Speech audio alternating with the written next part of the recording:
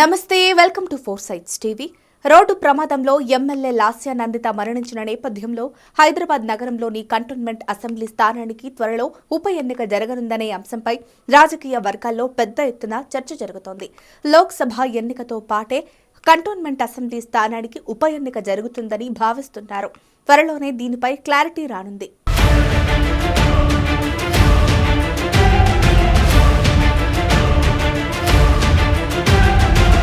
గతంలోకి వెళితే కంటోన్మెంట్ నుంచి బీఆర్ఎస్ ఎమ్మెల్యేగా ఉన్న సాయన్న 2023 ఫిబ్రవరి 19న మరణించారు.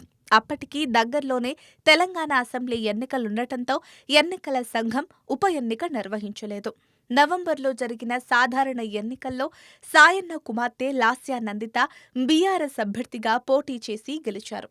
కానీ 2024 ఫిబ్రవరి 23న జరిగిన రోడ్డు ప్రమాదంలో ఆమె దుర్మరణం పాలయ్యారు. ఈ దుర్ఘటన అందరినీ కలచివేసింది.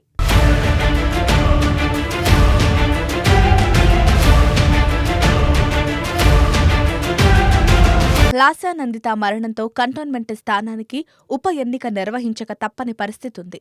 ఈ నేపథ్యంలో లోక్సభ ఎన్నికలతో కంటోన్మెంట్ ఉప ఎన్నికను నిర్వహించే అవకాశం ఉంది.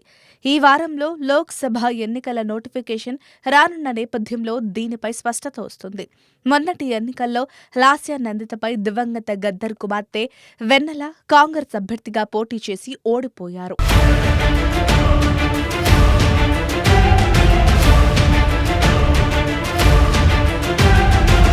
కంటోన్మెంట్ స్థానానికి ఉప ఎన్నిక జరిగితే కాంగ్రెస్, బీజేపీ అభ్యర్థులను నిలుపుతాయా అనే అంశంపై ప్రస్తుతం విస్తృత చర్చ జరుగుతోంది.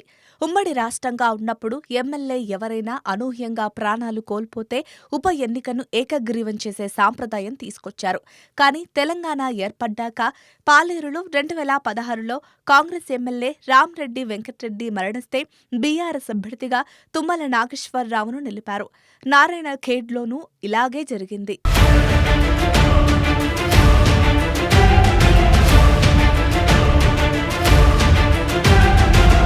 మరిప్పుడు కాంగ్రెస్ పార్టీ సీఎం రేవంత్ రెడ్డి ఏం చేస్తారనేది ఆసక్తి కలిగిస్తోంది.